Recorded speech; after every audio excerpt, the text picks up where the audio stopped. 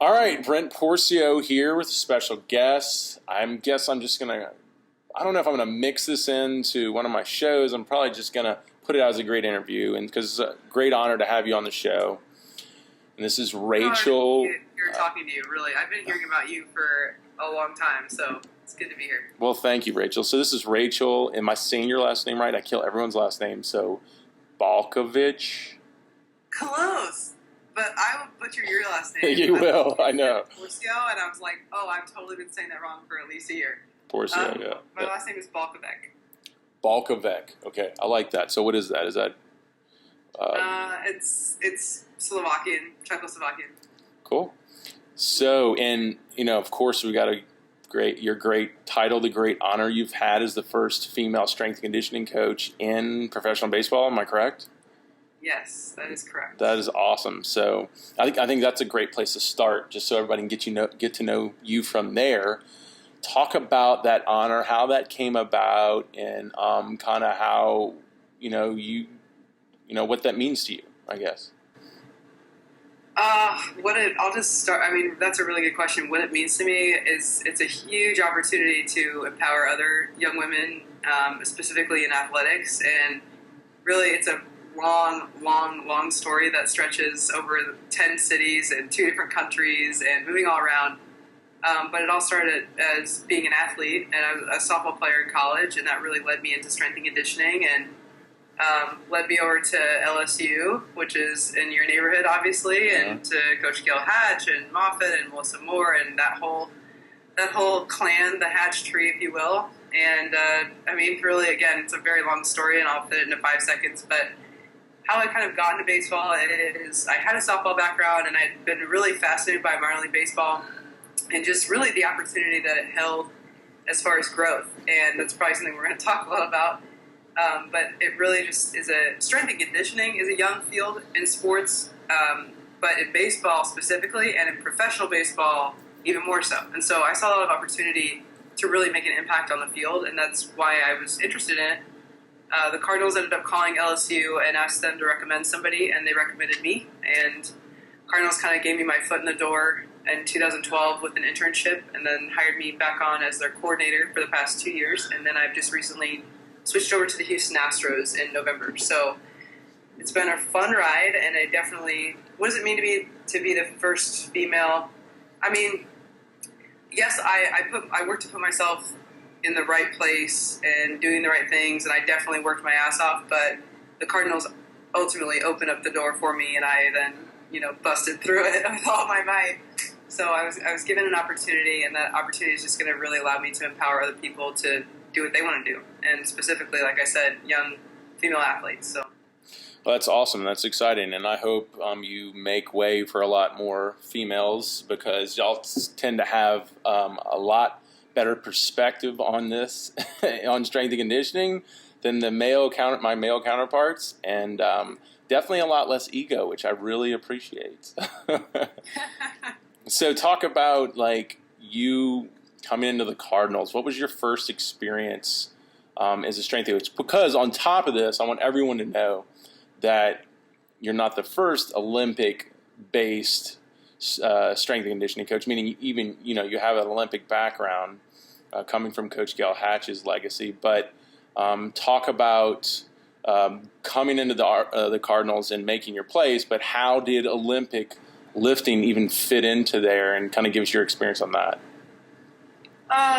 Okay, this could be a long answer, but right. How to summarize this? So it's a long process, and really it was just getting started when I was leaving. So it was really just implementing the very basics of it, and so which is a great opportunity within itself, because how do you take a program that there's basically no Olympic weightlifting at all and kind of switch it over? And we're talking about, you have so many layers. You've got 16-year-old Dominican kids that don't speak English, and you've got 35-year-old veteran players on one end who have never done Olympic lifting, and they're probably not going to.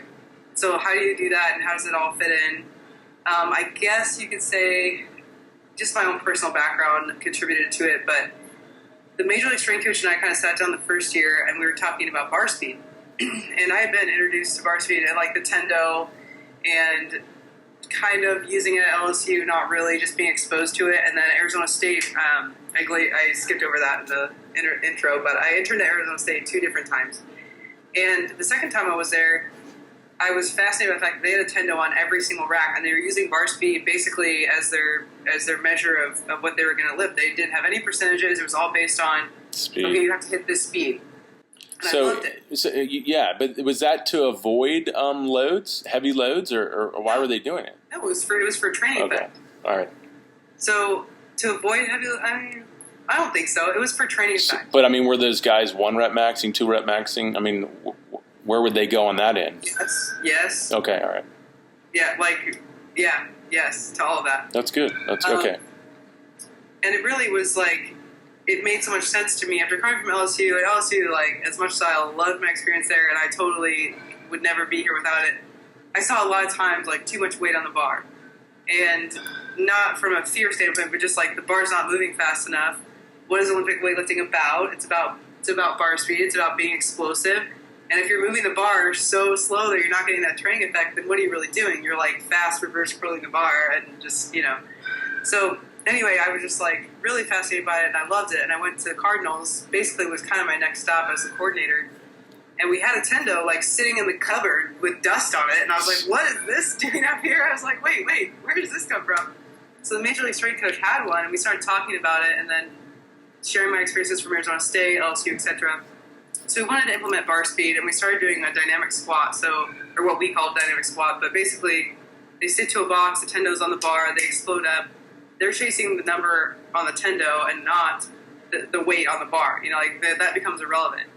And so we saw an opportunity, and I saw an opportunity, especially being in baseball, where kind of what you said, even though I don't want to use that terminology, avoiding heavy loads, to where the guys could, instead of competing with weight on the bar, they could compete for speed, which then accomplishes 2 things. You're not taxing them as much as you would be. Well, you could argue the way, but you're not loading up the bar with ridiculous weight, and they're not competing, and that ego's not involved with putting a lot of weight on the bar. The ego is involved with, I'm going to get a faster speed than you. My partner, and they're yelling and screaming about that instead of grunting and putting too much weight on and losing form, etc. So that was a good opportunity. So that was kind of the first year. I started brewing, and obviously Pete, the Major League Strength coach, who's awesome, he knew that I had an Olympic weightlifting background, and that's how I train. It's how I do things. And then, I was always in his ear about it. He was open to it. He played football in college. And so the second year I was there, we kind of started talking about how we would implement, again, from square one, no Olympic weightlifting whatsoever in the program, how we were going to implement it. And you can't just throw Olympic weightlifting in the major leagues when guys haven't done it ever, and all of a sudden they're going to do it. So what we decided to do was the bottom levels of the organization. So if you're listening, watching, whatever, or maybe, if you're listening, watching, minor league baseball, most people don't know that there's actually 9 minor league teams, 8 or 9 minor league teams, depending on the organization. So you've got AAA, AA, which most people have heard of, and then you've got high A, low A, rookie, and then the Dominican Republic. And some teams have 2 teams there. So you've got all these different levels, layers of people. The age range is huge. And at the bottom 3 levels, the Dominican team and the 2 of the rookie teams, we started to implement basically what we call dynamic deadlift, but it was clean pulls and front squats.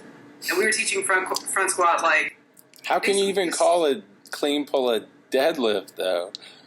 Who came up with that name? It was out of necessity. That's sugarcoating it, man. Yeah, exactly. But that's what you have to do, right? Yeah, exactly. So it's less threatening because people are familiar with deadlift. Right. And it's just funny how we got to do this, right? The thing is for me, it's who cares? No, I'm with you. I'm actually on your side. I get it. I do what you got to do, right? So call it dynamic deadlift, and really, it's it's the same thing, kind of. It's the same genre. It is genre, but different technically, just relax right? Over there, just relax. Right. So anyway, so we started doing dynamic deadlifts, and we were teaching, clean pulls to our young guys, and they were picking up great, and then also front squat. So obviously, eventually, we were going to marry those 2. To tell you the truth, I probably would have done it this way too. I think you're smart. So. Yeah, so that's basically kind of how I guess the story ends there, kind of, because now I switched over to the Astros. But that's essentially how we were starting to implement it, and then just letting it like filter up the ranks to where those kids, obviously, in several years, they're going to be in high A or double A or wherever they're going to be, and that's just all they know. So implementing it from the ground up and not forcing it on anyone is probably the way to do it in professional athletics. Even though I should say, too, as we kind of talked about the other day on the phone, is that, guys, it's not like you step into professional baseball and then become afraid of Olympic lifting. It's really about your background. So there's plenty of guys that came to us from a 4-year college who had done Olympic lifting a lot and liked to do it and wanted to do it. And if we felt that they had the mobility and the good enough technique, we would work with them and implement what they wanted to do. I mean, we weren't doing any full snatches, for God's sake, but we were implementing it with them and kind of working to their level. So if they had done hang cleans in the past and they were open to doing them, we let them do that and obviously coached them through it to make sure that they were doing it right. But so basically, I mean, at every level, there was a couple of guys at least doing the Olympic lifts, and then at the bottom levels, we were just teaching that very beginning stages. So, oh, that's awesome. So, give me your opinion on how you feel Olympic lifting fits into baseball, or why do you feel it fits into baseball? It's not about baseball. It's not about baseball. It's about sport. And so, for some reason, I thankfully never grew up with this mentality. I don't know if I was spared from it because of my parents. Like, my parents never told me that because I was a softball player, I wasn't athletic, or I needed to be careful because of my shoulder, or whatever it may be. Like, it's this mentality around baseball that baseball players aren't athletes, and, it's not football, but, like, they're all athletes. We're not different, really, except we throw, we rotate, but every sport has its own little skill that's a little bit different. It's, power clean, squats, deadlift, whatever you want to say, barbell movements are sport-specific. And so baseball specifically, if you want to get into biomechanics, if you want to get into pitching mechanics, triple extension is the most fundamental movement in the history of sport. But it's not about baseball, it's about sports. Yeah. You're running, you're jumping. What is jumping? Ground forces, right? You're putting force into the ground to move explosively. It's very simple. If you put it back to the basics, it's very simple. It's not about baseball, it's about sports. Why does Olympic weightlifting have a place in baseball? Because baseball players are athletes. Also, and also like Matt Bruce said in the interview, it's probably the best form of training for baseball because it's built around speed. And, there's not much weight training when you're putting weights on a bar that, helps you train speed. Exactly. It's almost, and people are starting to come around to this because a lot of people, funny enough, probably people who would say, don't do Olympic weightlifting, would say, hey, don't do long-distance running. Baseball is an explosive sport. You need to do interval training, you need to sprint, and then you need to rest. But what's Olympic weightlifting? Sometimes you're in the outfield, and you sprint after a ball, and then you've got 2-3 minutes rest after that, and you may not sprint after a ball again. Or sometimes same thing, up to bat. It's anaerobic, Like, you have all this rest time in between. It is it's, from that perspective as well, is extremely specific to baseball in that way, but that's exactly right in the way that I was just talking about bar speed is like, why wouldn't it apply? It applies to every sport unless, you could argue against cross country and like those outliers and stuff, but it's applicable to every sport because it's explosiveness. In no sport are you wanting to move slowly. Right? It's going to help all sport. Because it's really the anaerobic to aerobic comparisons, and there is it's incompatible to take aerobic training into anaerobic sport, but it's not incompatible to take anaerobic training into aerobic sport. So it does, because it's so anaerobic, it can go into any sport. So unfortunately, baseball doesn't think it's the biomechanical issue with baseball. Baseball's for years has analyzed the skill more from the upper body. So it's like, how do they get their hands through the zone to hit, and then arm path, arm strength. So unfortunately, the biomechanics has created the education that everything happens up here, And Olympic lifting is all built down in the legs, so they never understood the correlation because of that. Yeah, That's my opinion. You just said that because I just presented in Connecticut, and one of the slides, I need to share that with you. One of the slides kind of leading up to this was, we talk about single joint movements, and everyone knows, right? Like everyone in their right mind knows right now that single joint movements are not good for athletes and or are not helping them. Yeah, single joint movements, that's bullshit. Who does single joint movements? That's dumb. And then like the next slide I flipped to was like doing forearm exercises and like external rotation, and I'm like, wait a minute, aren't those single joint movements? Right. That's weird. That's weird. You gotta watch out. I understand arm care. I understand strengthening. Like, I understand strengthening extremities that are getting extra work if it's done appropriately. But why are we not talking about more multi-joint movements? And why are we afraid of them? That's the other thing I hear too, is risk versus reward. And to me, the risk is if you can't do these complex movements or these athletic movements, that's a risk. Because that's what you're asked to do on the field.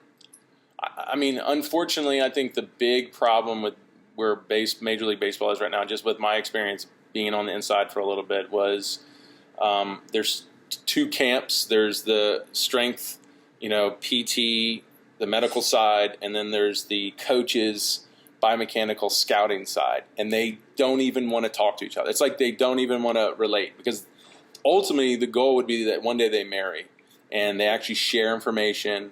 And I had this grand scheme that this is what needs to happen. We all need to share information in Major League Baseball, because the pitching coach needs to know what the strength coach is doing, what the PT is doing, and they all need to come to the table and program together.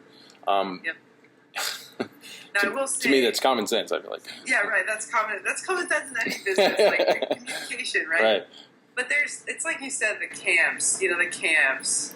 But yeah, the camps. The camps are there. But the thing is that on the player development side of things, a lot of times you get ex-athletes who are going about their day, from an athlete's mindset, and also just knowing what it feels like physically to go through training, mentally, all those things. And then the other camp are the smart people who are way smarter than me and are putting together a lot of data, and who are business people and may not have been athletes. And so they don't really get the mental aspects of it, the physical drain that it has on you, the way that you feel when you're untrained. When I hear people say, like, oh, you shouldn't lift in season, I'm like, what? Wait, we're not going to work out for 8 months? You know how shitty I would feel? Yeah, right. Exactly. Just as a normal human being? Well, you know how you perform on the field. Yeah, your performance goes down. It's it just blows my mind, but people actually think that. And then you wonder why, phenoms like Tim Lincecum, and how old's Tim, Steven? 31, and he's out of the game pretty much. I mean, he's going to try to make a comeback because his mentality's been don't weight train, and it's ridiculous. And I mean, we're going to keep talking about this, but I think when we can get Olympic lifting to really grow, of course, what you were doing with taking it in and sugarcoating it was beautiful. But to actually get it to grow, and this was my perspective, is the organization has to have an approach biomechanically that's being coached through the coaches that is also supportive of the performance enhancement or the strength approach. So if the pitching coaches all in the organization believe everything's upper body, then how are we going to convince them that the players need more Olympic training? I don't see. I haven't had that. I'm pretty sure. I hope. All right, let me just back up. I imagine that most people would agree with you and I and everybody on the planet when we say that we can all say that your power comes from your legs. But the shift in training, the shift in saying, wait, why are we focusing so much attention on training the shoulder and the upper body, etc., when we all know that our power comes from the legs? Like, we all can agree on all those things. It's really just a matter of agreeing on how to get there. And I will say with the Astros, I was going to say this earlier, that I've experienced that. I mean, I think anyway, we have some of the top of the line communication. Like, it's such a breath of fresh air. Like, people really are talking. I mean, our hitting coordinator does CrossFit, for God's sake. Like, he's really into his fitness. Our pitching coordinator is very much into his fitness, works out all the time. So there is that culture, and you're right. That's what it takes. It really does. And if it is going to take off, it's going to be in a situation like that where people are invested in their own training and they buy into it for themselves, and they buy into it then in turn for the players. So I do think, you know, I haven't heard anyone say, oh, you need to be really strong in your upper body to throw 100 miles an hour. Like, I think that most of the world right now could agree that the lower body is the key. I mean, I think it's a matter of agreeing on what you have to do to get there. I think I would say not maybe half feel that it's lower half. I mean, half the populace feels it's lower half. But I think I'm being generous because, unfortunately, this is where it goes wrong, is when they start going, you know, pitching is rotational. It's transverse, which, of course, I will argue it's transverse. So when someone who's not, you know, educated in strength and conditioning, when they think something's rotational, they immediately think it's core. So it's core driven.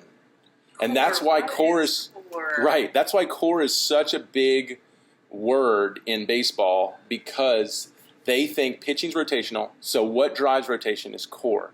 So that's why they say I want core training. So what does your core push off of in order to see? rotate? But you get it. You get it. Those who think this way do not understand that. That's why, because I know this because I'm attacked. I've been attacked for 10 years because I preach the lower half, and that's you're a victim right now. You're totally playing the victim. You're just like a sad person over there. I'm a sad person, and Steven's laughing too. It's true. Well, I know I've been beaten down too much with this, but the point is that's it. So how do we deal with this? Like, I mean, like I said, I'd argue that the majority think it's lower half. I think Steven's really good. I should have introduced you to Steven. Steven, you want to get on this? Sure. Come on, Steven. Yeah, Steven, get on this. So Steven interns with me, and Steven's he's a smart guy. He's a logical guy. So Steven, tell me, and I kind of use him as my conscience sometimes. So Steven, like, would I be accurate to say that maybe today 25-30% think it's all upper body, or what would you say? I think it's all upper body. That the skills, specifically, let's think I would just say, just look at the training that other velocity programs are using, what's popular, like even in the episode we did today. So how many percentage, though, of the populace would say it's upper body? Or it would say it's upper body. I don't want to say that they think it's all upper body, but the focus on the training is so upper body. But how much would think that way? I don't know, man. Not the majority? Okay, so I'm going to say, I'm going to say 30%. Steven, I like you. I like you too. I just met you. I already like you. I think that everyone, that's what I said at the conference, is like, hey, single joint movements are bad, right? And everyone's like, yeah, that's bad. And then I'm like, wait a minute, we're all doing single joint movements, and it's like this external rotation. Yep, this is really functional. That's multi-joint. Like, oh, shit. Like, I really actually do single joint movements all the time, and that doesn't make sense. But again, we would say, hey, you guys, doesn't your power come from your legs? And everyone's like, yeah, power from the legs. But yet we're still training. But here's this weighted ball. Let's do some of this. And let's throw the ball as far as we can. And so I don't know. I mean, I do think rotational work has a time and a place, you know, but the point is I think 30% are going to say strictly upper body. They're going to do Jobs, crossover symmetry,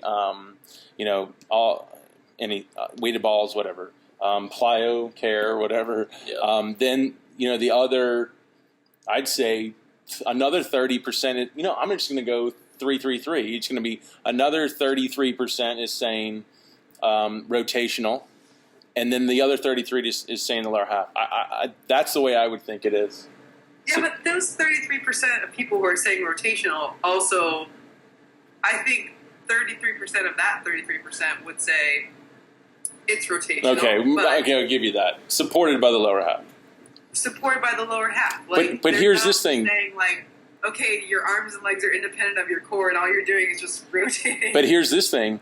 the NPA, National Pitching Association, so House led this in 2004, put out a case study about hip-to-shoulder separation, which I was a big fan of. It was significant in my career and me gaining speeds where as hard as I did.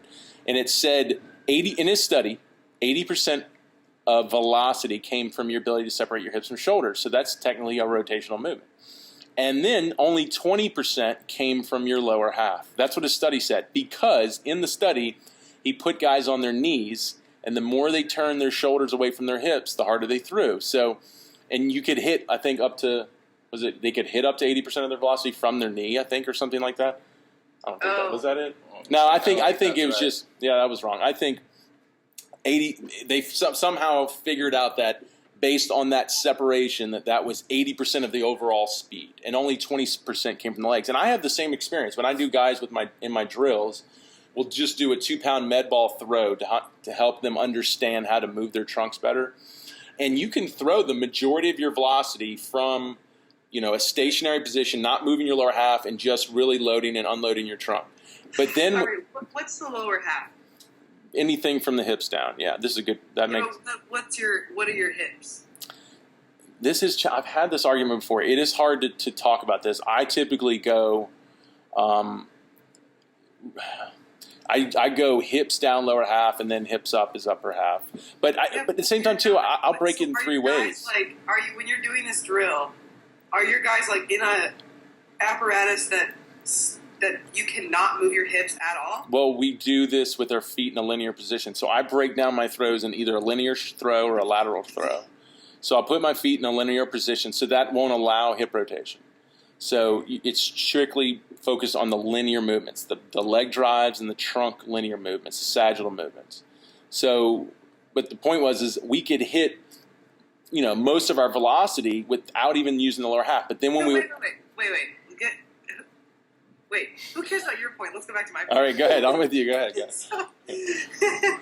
So my point is, are they literally they're only rotating through their thoracic spine? Yep. They're not moving their hips whatsoever. It's just a thoracic load to an unload. So basically, we lift and drive to push the hips forward, and then that loads you into a thoracic load or extension, and then it throws you out of that position. It's just a simple linear throw is what it is. More like a soccer player throwing the ball in is that really what it is. I get right, but what happens when a soccer player throws a ball in? Hip flexion, after hip extension, hip extension and then hip flexion, right? You're talking thoracic, like the trunk? Yeah, I'm talking about their hips. Their hips. Hip. You're right. Flexion to extension. You're right. Their hips are not involved whatsoever. You're 1,000% sure. No, they are involved. No, there is a little flexion extension, but most of the energy is coming from your trunk. You're making a good point. I get it. We are. But what I was saying to support the MPA study was that I can see it, that you can get most of your velocity from your hip to trunk movement. But I think the problem is they think because there's only 20%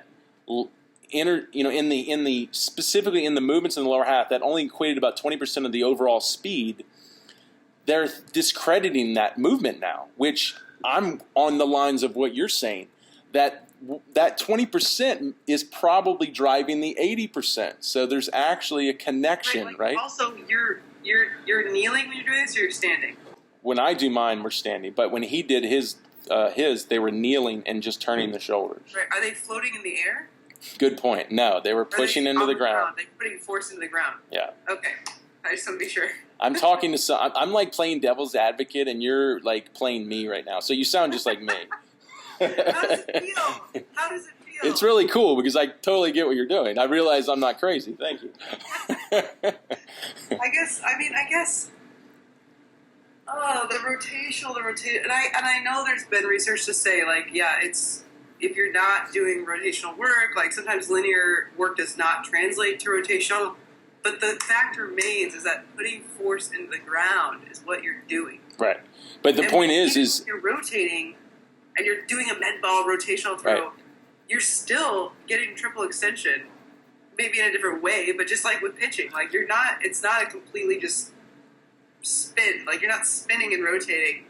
You're transferring force from the ground. Very good point. And I think the way we win over, so specifically for you with the Astros, I would say the movement is, do what you're doing and bringing it up through, the lower levels, but getting in with the pitching coordinators and sitting down and talking biomechanics with them, I think is huge. And trying to get the rotational camp to become more lower half, and then trying to get, it might be that progression, then trying to get the purely everything's upper body, get them to become more rotational, and then get them down to the lower half. I think I love how you're so like brazen and like bitter, because I don't have to convince the people that I'm working with right now.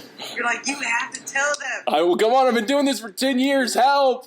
The truth. And I'm like, look, I know. I mean, the camps. Yeah. They're already there. And also, this is public knowledge, so anyone can find this out. But funny enough, our hitting coordinator, his name is Jeff Albert, and he actually went to Law Tech and has his degree in kinesiology.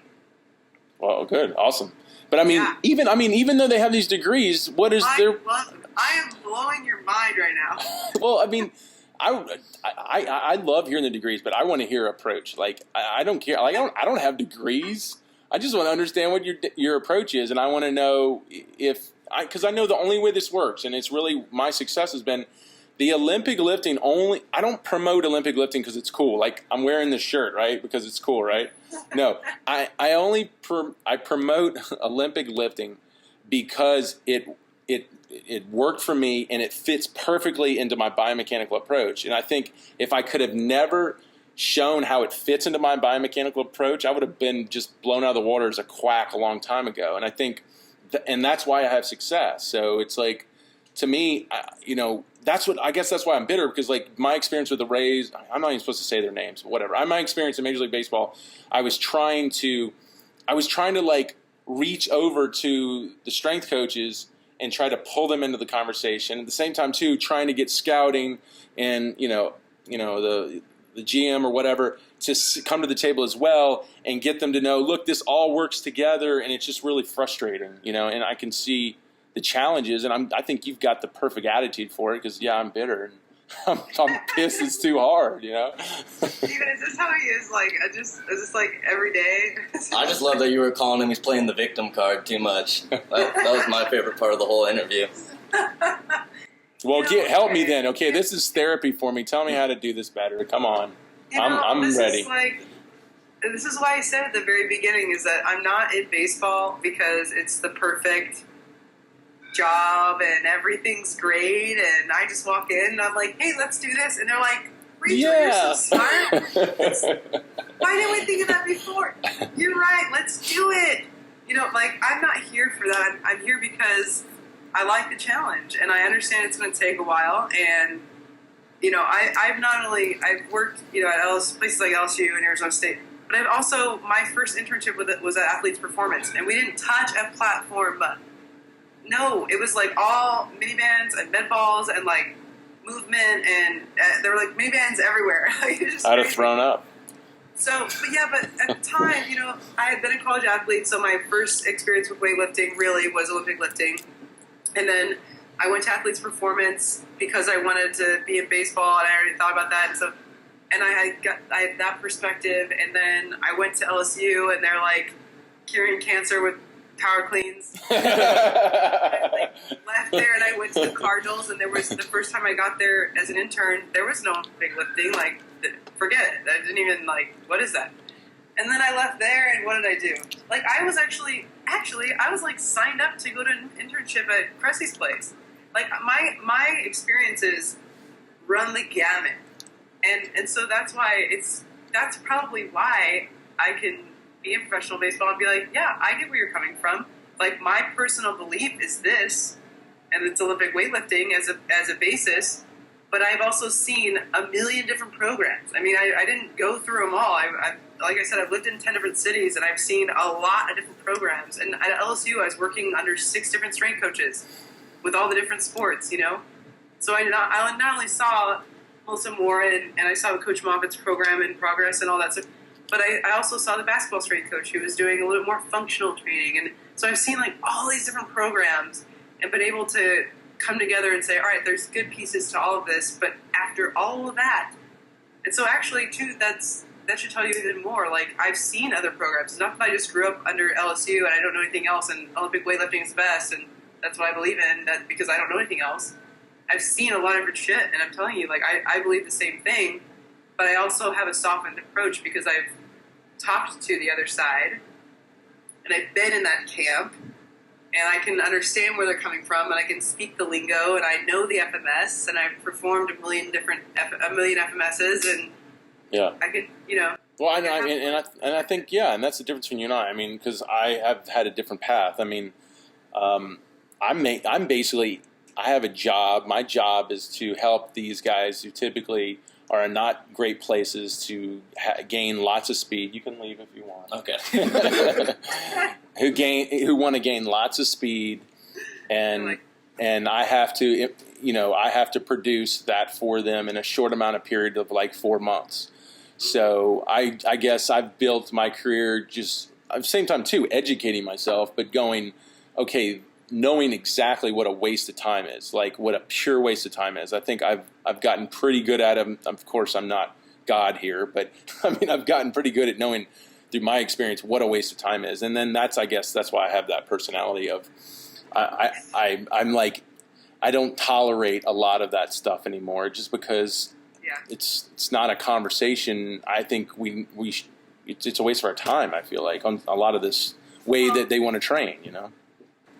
Here's the other thing for you that's different than professional baseball is like your soul, or at least would you say 95% of your goal is performance based? Yeah, but I mean, it's still got to be injury prevention. I mean, I don't want to hurt somebody, but yeah, it is. Yeah. And just by the nature, like we talked about a player that you and I both have, have worked with. Well, we can mention him. I talk about him all the time. So. All right. Well, okay, whatever. You can mention his name. So, Mr. Argsma, David Argsma.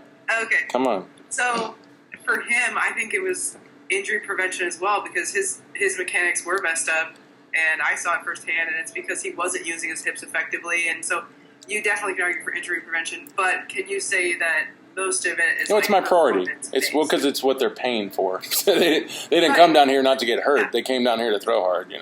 We are not just performance based as it is. Like, and by we, I don't just mean professional baseball. Like, strength and conditioning is becoming. We're talking about fatigue management. We're talking about movement patterns. We're not just talking about getting stronger anymore.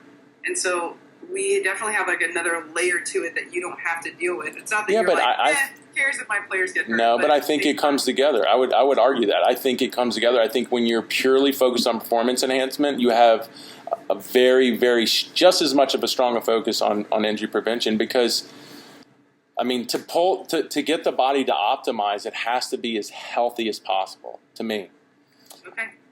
I mean, I totally get what you're saying, but I think in me just so aggressively going into injury prevention, I can't believe how much it relies on injury prevention. Like, I'm shocked. I've actually learned that. I think it's the pinnacle, and they both come together. I mean, I think it creates a great debate. Do you feel that? Do you feel like if really true high-level performance is the ultimate goal, that injury prevention has to be as important? Yeah, I mean, what you just said, it kind of, and as much as I'm trying to think of like the difference. You're correct, and you're also correct with what is fatigue management. That's getting enough rest in between sets. So you can take your body to another level. You can break a plateau. Yeah, exactly, so that you can perform better. I think David was the perfect example. So David came here, with his obviously biomechanically was doing it correctly to perform at one time where he could throw the ball 100 miles an hour. But at the same time, too, it didn't last. So I'm not trying to just get guys to throw 100 at one time. I'm trying to get guys to throw 100 for a career. So I had to make sure with David that, obviously I could go back to where he was in 2009 and just take his biomechanics back there, but we know what happened. We know the road. The road was just more injury, which wasn't the end result, what we wanted. Yeah, he wanted to throw hard, but he wanted to do it through a major league season Right. so he could do it every year and continue to produce. So I had to look at this and go, wow, your body was optimized with a really poor back leg drive and poor hip rotation. But, it got you a little bit of what you wanted, but not everything you would have wanted. So things did have to change. So the approach was, yes, enhance performance, but make it healthier so we get the result, which is the performance all the time, which that's why I said that's when it comes together. That's when peak performance meets injury prevention, because it has to, the ultimate result is to perform at your best every single time, right? Yeah, and really just going back a little bit back to mechanics or movement is efficiency. Like if you're not putting force in the ground in the right way, then you're not efficient, and then that's going to lead to injury. And so, yeah, they are so intertwined. I think that there's probably just there's more talk in your arena about performance than there is in your arena. No, there's probably just as much talk about performance in our area, but there's a lot more talk about injury prevention in our area. But I think that's a flaw, and you're right. I think you're totally right. Yeah, you're right. But we need to stop thinking of them as separate entities and start thinking of them together more than we do. And again, that's one of those things where we would all agree. Like you just said, I would agree with that, and I think that everyone would agree that they go hand in hand. But we talk about them separately, and we train. Like, this is for performance, and this is for injury prevention. That makes no sense to me. It shouldn't be that way. You're right, and I think. Point for Brent. Good job. I think if we put them together, and they put them together, then that's comes back to the approach. What's the approach? Then when they look at that, player down in single A who's, doing great, he's throwing mid-90s and he's getting guys out, but oh crap, he hurt his hip again. That's odd. Well, then your focus was it injury prevention? Because I'm assuming that was their focus. The strength coach's focus was injury prevention. So if it was also performance enhancement, meaning like let's help his body continue to perform and be healthy, I think there's something. I'm not saying I haven't figured it out, but I think there's something if you are going at it in both directions. Yeah, he's performing well now, but will he be performing well tomorrow? No, because his lower half is not explosive enough and he's overcompensating with his arm. So let's give him a more let's enhance the performance of his lower half. So so he throws 95, but so the 95 is less stress on the arm. And so, right. you know, but if your focus was, no, let's just keep him healthy so when he comes off the field, let's help him recover, then that was a flaw. That was good. That was like a gem. Oh, cool. Thank you. Because you're so right, is that there's plenty of players who've gotten to throw 100 miles an hour with poor mechanics and poor movement. And so is the player going to throw 106 miles an hour if they do Olympic lifting or, if they're actually using it? No. But what it is going to do is it'll allow them to effectively use their lower half so it takes some of the stress off of their upper half and so that they can throw that way longer without getting hurt. We have so many studies showing the lower half reduces the stress on the arm. So it's like, and that's what tell me if I'm wrong, do most of these young kids coming up have issues with lower half strength, flexibility, and even power? I mean, they do, right? And to me, those are injury potential. That's injury potential when you see that. When you see a kid throwing 95, I say this to the players all the time. If any of my players watch this, they'll be like, yeah. But it's like, how many players walk in, they're like, wow, Rachel, whew, my hip flexors, they just feel so loose today. Yeah, right. Feeling great. Just, my hamstrings, wow, they feel so loose. Just never felt better. No, they're all super tight in their hips. They have low back problems, tight hamstrings, poor mobility, and then we put them under a bar and they squat and they do like a half squat. And then it's quad, which is quad dominant. That's the other thing about Olympic lifting, I will say, if you can allow me to go on a rant. Yes. Yes. Okay. So, does everyone have to be an Olympic weightlifter? No. Do you have to do full snatches? No. But how can you argue against? Look at an Olympic weightlifter. If you can do a full snatch or an overhead squat, or you can do a full clean where you're dropping it under the bar and you're getting out of the bottom position, you clearly have great mobility, great core stability, whatever that means, great shoulder stability. Like you clearly have all of those components if you can do a power clean. So again, I go back to risk versus reward. Oh, we can't do power cleans because it's risky. Well, it's actually pretty risky if you can't do a power clean. And if you can't hold the front rack position, that's risky. Yeah, it's the greatest assessment tool. And Matt talked about this too, because we actually started bringing it up. I was like, I said, Matt, do you handicap guys? Like if they can't do something, do you handicap them? He says maybe with their dorsiflexion, he'll pop a plate under there to help them deep squat. And I'm like, okay, I get that. I'm a guy, and I hope you got that from me. I refuse to let anyone handicap themselves. They can't, change technique on any lift due to a mobility issue. They can't wear any tool or device. It's pure hardcore Olympic lifting. I love it. Right, because the problem is the handicap means you have an issue that I'm just going to let be an issue. And that's the only thing I didn't like about other strength coaches. I will not name names. They almost accept they handicap. They say, well, pitchers have soleus signs and weak shoulders, and we should leave those shoulders alone. I'm like, are you kidding me? I mean, come on. I mean, that's why do you think we all keep injuring our shoulders? It's because that's the way we're thinking. Right. When I hear the whole no overhead movement thing, I'm like, really? Because this looks like an overhead movement to me. I don't know about you.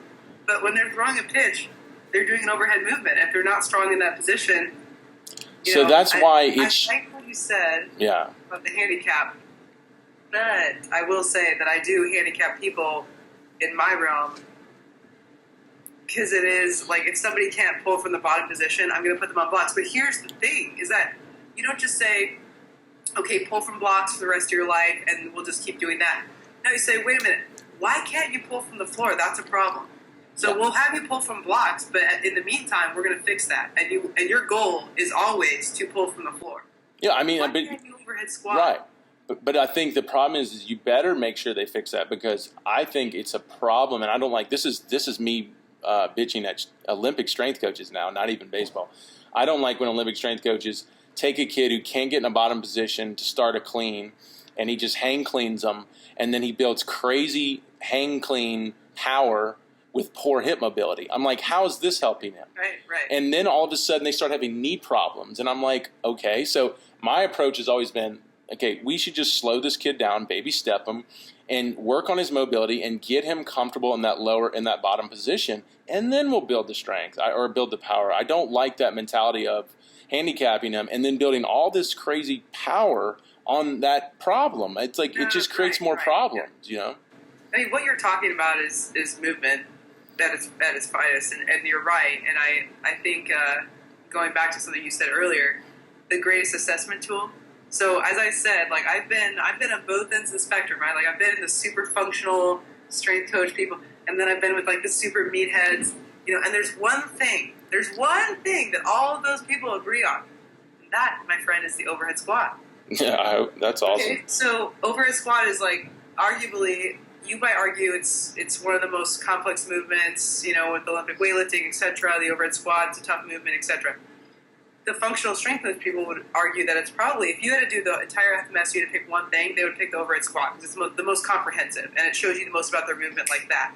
And so we both agree on those things. Now, I will say the other thing that we did also with the Cardinals with like implementing it from the lower levels was overhead squats with a dowel. Every single day they came in the weight room, they did an overhead squat with a dowel, and it was partly us teaching, the movement to maybe eventually load it up, and then partly every morning they came in when they started their workout, we got to see how they could move, and so we got so familiar with how each guy moved, and like if a guy had a terrible, shitty overhead squat, he probably wasn't going to squat well under the bar either, and so that was a guy that we needed to work with, but again, not just say, well, instead of doing a deep squat, we're going to squat you halfway and just let you do that for the rest of your life and then make the problem worse. Yeah. It was like, okay, we need to fix that guy's squat immediately before we start building any strength on it. Yeah, I mean, it's the same thing with the front rack, getting into the rack position. That's a lot of that is the external rotation issues that some of them have, which is wild. Some pitchers will come in here and can't get in that front rack position because they have external rotation problems. And I'm like, how do you throw a baseball and you can't external rotate? But it's crazy. But then we say that, the front squats are bad for their wrists. And it's like, well, it's only because your wrists are like... Yeah, it's because the bar's not laying on... Lats or you're internally rotated. It's because the bar's not laying on your chest. You're right. And then it's the whole debate. Oh, is it hurting the UCL? I could go into this. I've argued this many times. I believe not, and I can have my reasons why, but we don't have to go into it. And that's why a lot of them caution. Olympic lifting is hard on the UCL, and it's like, are you kidding me? You mean you think it's safer going in and putting a 7-ounce baseball on your arm and throwing it as hard as you can? You think that's better for the UCL? Because that's usually the alternative. Also, again, it's like, I said this in the presentation in Connecticut, like, it's not me, it's you. Like, it's not the power clean or the front squat or anything. Like, even beyond Olympic weightlifting, it's not the deadlift, it's you.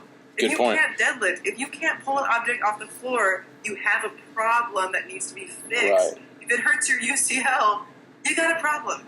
Yeah, and I think that's why David Ardsma fully bought into this, and I would wish I had David here, and he would say the same thing, is, he saw the Olympic lifts showed him how bad his body was.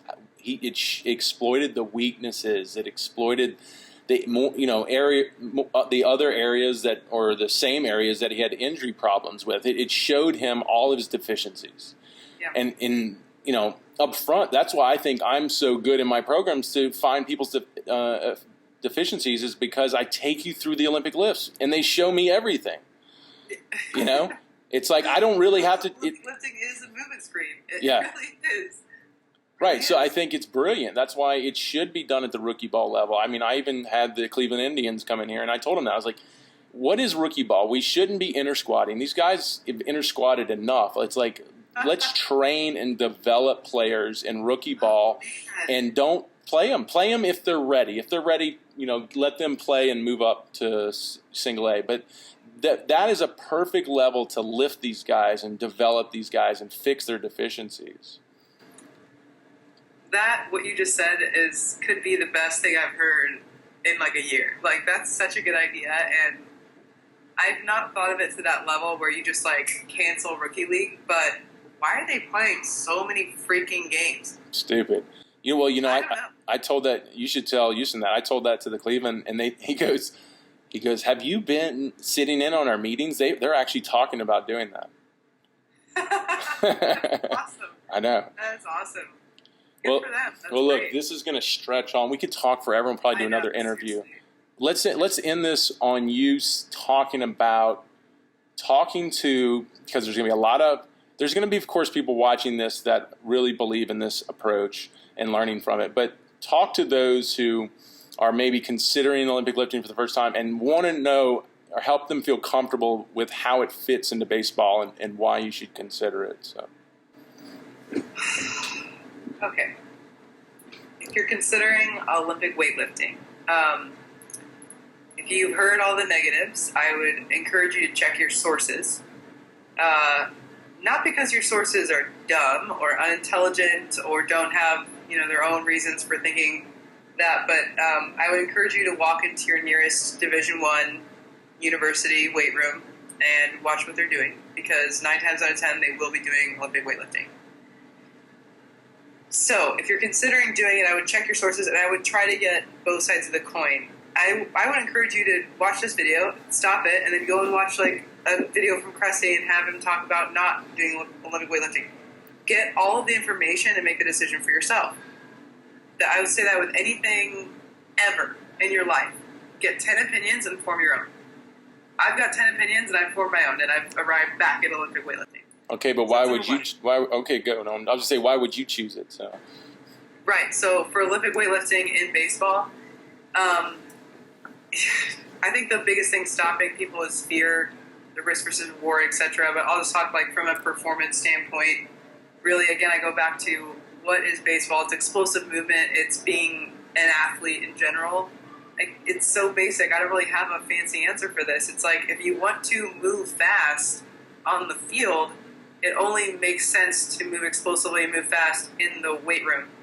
And so, yes, you can do that with a med ball. You can move quickly with a med ball, but you are not putting enough force behind it because you're not moving enough weight. And so Olympic weightlifting is the biggest bang for your buck because of that reason. I'll say it again, triple extension is the most basic, the most fundamental movement in sport. It's present in every single sport, including baseball, hitting, pitching, running, jumping, throwing, all of it. All of it involves triple extension. It's so basic. I mean, I don't have like a magical answer for that, but it's really just, again, going back to the fundamental movement of sport, which is present in baseball. And so, weightlifting, triple extension.